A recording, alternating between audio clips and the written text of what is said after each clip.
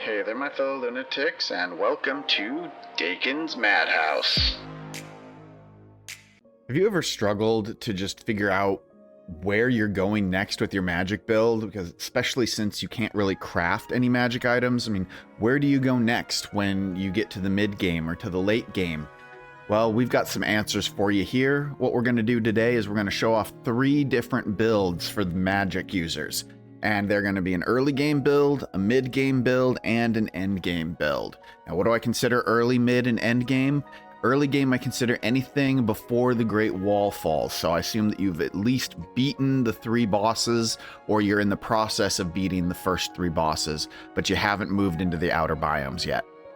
Mid-game I consider to be the 3 outer biomes. So if you have killed up to Raw-Kar, you are in the mid-game. And end-game I consider to be the Hydras and the Core Commander. So I assume that you are at least capable of killing the Core Commander, and you may not have killed him yet, but you're at least capable of doing so when you're going toward the end-game builds.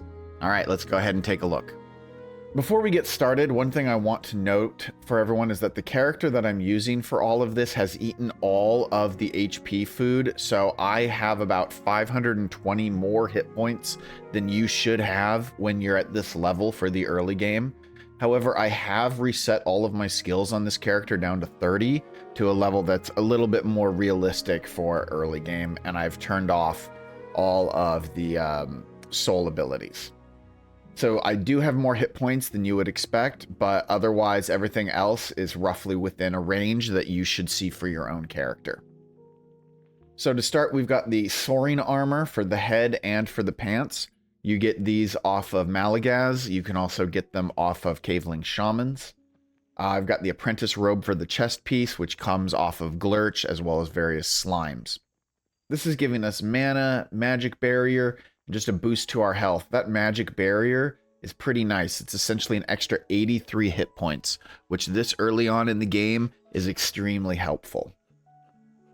Now, when it comes to the necklace, I'm currently using the Bubble Pearl necklace because I really like the way that the Bubble Pearl necklace has mana regen and magic damage and magic barrier. However, you can also craft the gold crystal necklace for just some magic damage. That's 8% magic damage, and this is 5.9% magic damage. Now, you can fish up the Bubble Pearl necklace in the Forgotten Ruins, so it's pretty easy to get, but you also can craft the gold crystal necklace. So if you're having trouble with fishing, or you just don't want to deal with fishing, you can just craft this necklace. Now, if you have got a wood farm or a lot of stone and you've gotten your crafting skill up high enough that you can make polished stuff, which is doable in the early game, you can make a polished gold crystal necklace, which will give you a lot of magic damage. And if you can do that, I would definitely recommend doing that. But I don't expect that you're going to do this during the early game. For the ring, I like to recommend the Glow Tulip ring, because again, it is craftable, making it really easy to get. And again, if your crafting skill is high enough, which you can do during early game, you could make a polished Glow Tulip ring, which is even better because it adds magic damage, as well as even more mana regen. Another good ring for the early game is the Boundary Ring, which gives you that plus 20 magic barrier. That's really boosts this up, so it makes it at 83 instead of 63. And I feel like that really helps a lot. It's a good defensive ring when you're lacking hit points. Now, you can find the Boundary Ring off of Caveling Shamans. You can also find it in locked iron chests.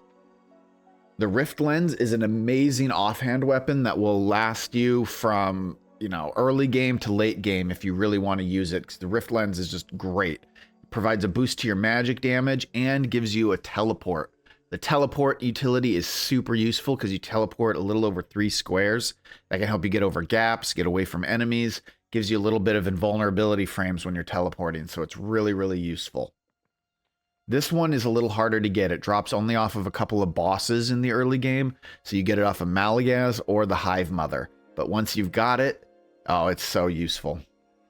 Another item that you can use is the Blue Leather Tome, but this item is crafted at Malagaz's statue, so you have to have defeated Malagaz before you can use this. But it adds good magic damage, better than the Rift Lens does, and it gives you a mana regen, which is extremely helpful. For your lantern slot, you've got some options. I like the pumpkin lantern because of the health regen, but you also can just go with the regular lantern because it has just a boost to your overall max health. Either one is going to be useful to you. And for your bag slot, Gorm's stomach bag is great because of that huge boost to your max health. Very helpful in the early game, as well as it has the most inventory slots available right now at this stage in the game. Now you'll start the game off with a simple staff for your magical weapon, and this is a really good weapon. You can use this all the way through your end game. It has a limited range, which kind of sucks, but if you don't find any better magic staves, you can use this all the way. However, ideally, you will find a fireball staff off of a Caveling Shaman or off of Malagaz. The fireball staff is one of the best magical weapons in the game. You can level this one up all the way to level 19 and keep using it. The burn damage is great. The overall magic damage is great. The secondary projectile is really, really useful. The only thing that sucks is it is a little bit slow. Personally, for these early game pets, I recommend the Subterrier. It is an excellent pet. It will help defend you. It will keep you safe with the fact that you've got really low armor, so it's great for that. If you haven't found a Subterrier, I recommend going with an Embertail, which you can purchase off of one of the merchant NPCs, and that is also a really good pet for the early game. It really helps out your wizard. When it comes to mid-game magic using, the vast majority of the items are going to be acquired in the Sunken Sea or with the Octarine workbench kind of area. Let's start with the Sorcerer Hood, and actually it's a full Sorcerer set because we want that set bonus for that extra 20% magic damage based on our remaining mana. All three of these pieces of armor can be found essentially inside of the Metropolis city areas. You find them off of core sentries, find them off of Caveling Scholars. They can also be found in the various chests and other destructible items throughout the biome. If you don't want to use the Sorcerer set, you could go with the Scholar set.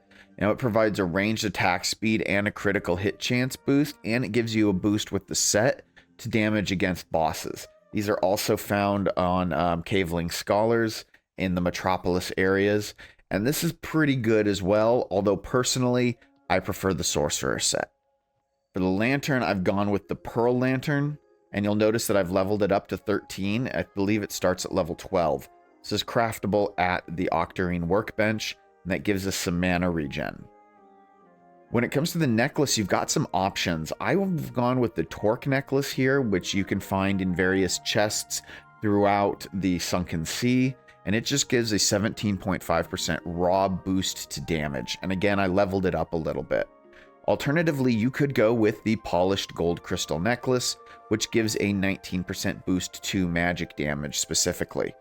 Either one works just fine. I just wanted to showcase that you don't have to use magic-specific items. You can use other stuff like damage-related items or armor-specific items if you need a little bit of armor, because you'll notice magic sets really don't have any armor. They rely on magic barrier instead. When it comes to our rings, I've gone with the Polished Glow Tulip ring, as it gives the magic damage and the mana regen, and at this point in the game you should have 100 crafting because it's really easy to get to 100 crafting, so you can make polished items. Getting the polished stuff is really, really easy at this point. If you don't want to use those rings, you could go with the Polished Golden Spike ring, another craftable item, and this gives you crit damage and crit hit. Crit is starting to become a lot more important at this stage, so at the very least, it's probably not a bad idea to maybe have one of each in your set. For the offhand, I've chosen a leveled up blue leather tome because I really like the mana regen and the magic damage it gives. However, going with the Rift Lens as well is just as viable because that utility of the Rift Lens with the teleport is really just unbeatable. For my bag, I've chosen the Octarine bag because it gives you some magic barrier, and again, it's craftable at the Octarine bench. So pretty much everything here is either craftable or easily acquired in the Sunken Sea, making this mid-range build pretty easy to get your hands on. When it comes to my weapon, I've gone with the Scholar Staff just because I like the fact that it has a magic damage boost, and I feel like that gives it an edge over the Fireball Staff, even if you level the Fireball Staff up. Because when you level the Fireball Staff, its damage is actually pretty comparable to the Scholar Staff. So really, if you prefer to stick with your Fireball Staff, you can. But the Scholar Staff, which is also found in the Metropolis off of the Caveling Scholars, you'll be able to do some pretty good damage with this thing, and that magic damage boost is very helpful. When it comes to skills at this point, I have everything leveled up to about 55, except for crafting, which again I have set at 100. I think that going down the left side of the magic tree is really useful, because getting this mana recovery on a critical hit isn't really that big of a deal right now, but it's good to get into the habit of it, because when we reach the end game, this mana channeling skill is going to become vital. And really what I'm just trying to do is I'm pushing down to best offense, because I really want that 10% magic barrier added as magic damage. The sorcerer set has a decent amount of magic barrier built into it, which really makes the best offense a very useful skill to have. So that's why I'm pushing down that way. Really, when it comes to all these other trees, it doesn't really matter too much what you choose, because from a magic tree perspective, everything works really well. I just like to focus on things that increase the amount of damage that I can do, or increase anything that's generic, like access to a critical hit, or even poison, potentially. At this point, I also have all 3 of the souls, which I have turned on, and I'm using their benefits whenever possible to increase my damage. During the mid game, I kind of prefer the Owl Lux when it comes to my pet, because the movement speed boost and the damage boost is really helpful during the mid game, and you don't really need as much in the way of defenses, because when you're on your boat, you're not going to have your pet out anyway. And when you're roaming around in the desert, you've got enough room to keep distance between you and your enemies. So usually it's okay to not have as much of a defensive pet there. So I've switched to a pet that buffs me instead, because I feel like at this point buffing the player is one of the more useful abilities.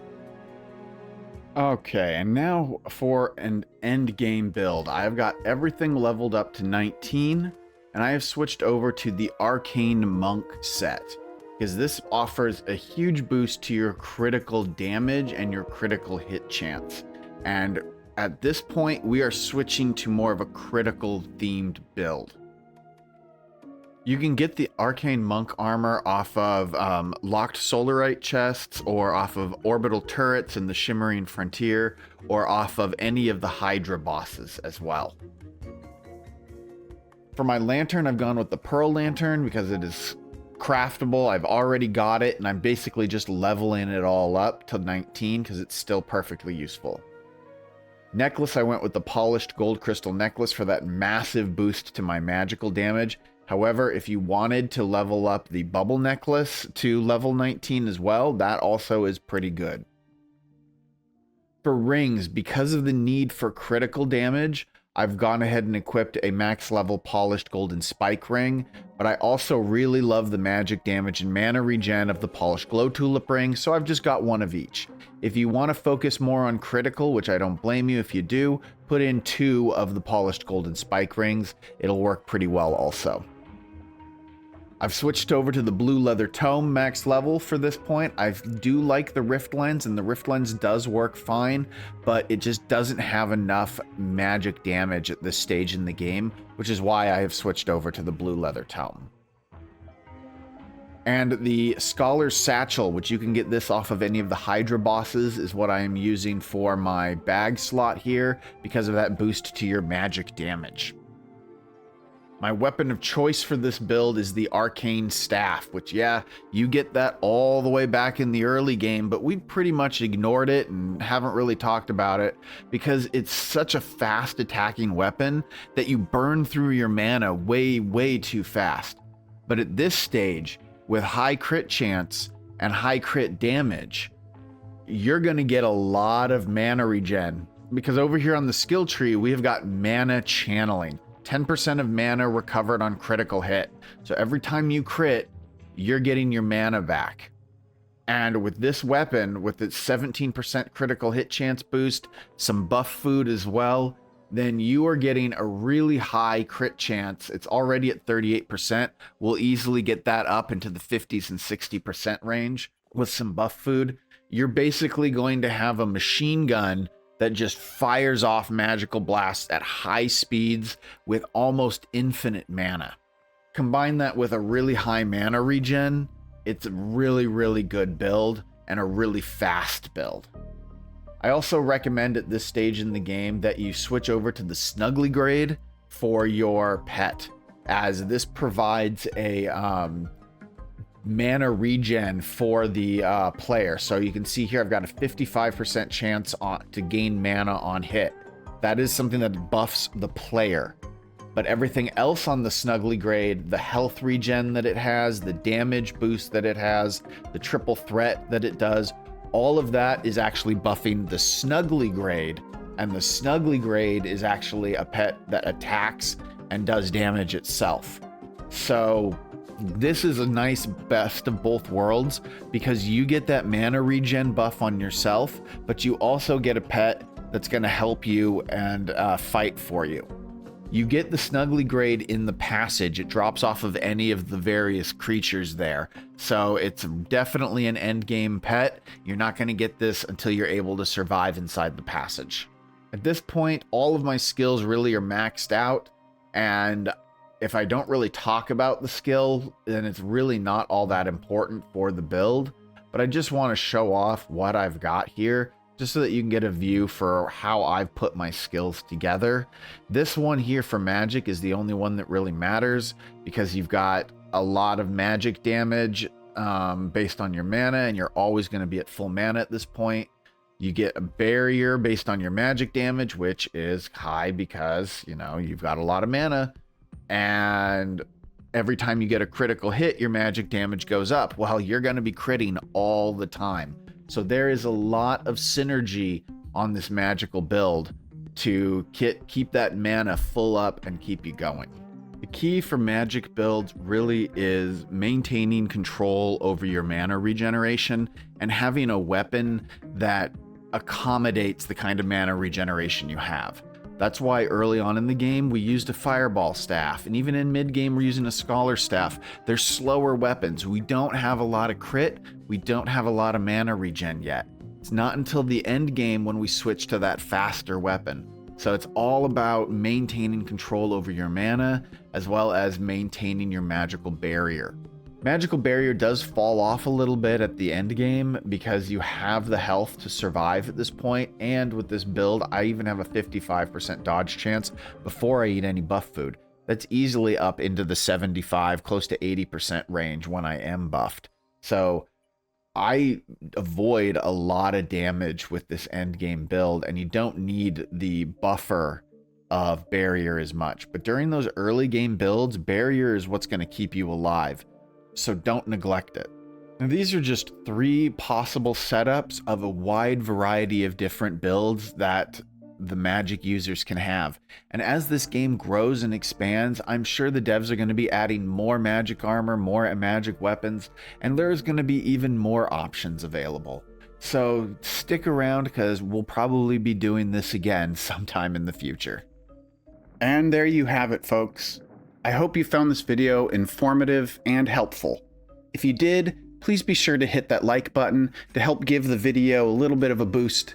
And don't forget to hit that subscribe button and click on the bell notification so you don't miss any of my regularly released content. But we have more. If you want to support the channel a little extra, you can become a channel member to get exclusive membership benefits like early access to my videos, exclusive members only content, a members only Discord community, and more. So thank you all to my current and future supporters. Without you, this wouldn't be possible. Thank you all for watching. Stay happy, stay healthy, and above all, stay crazy, my friends.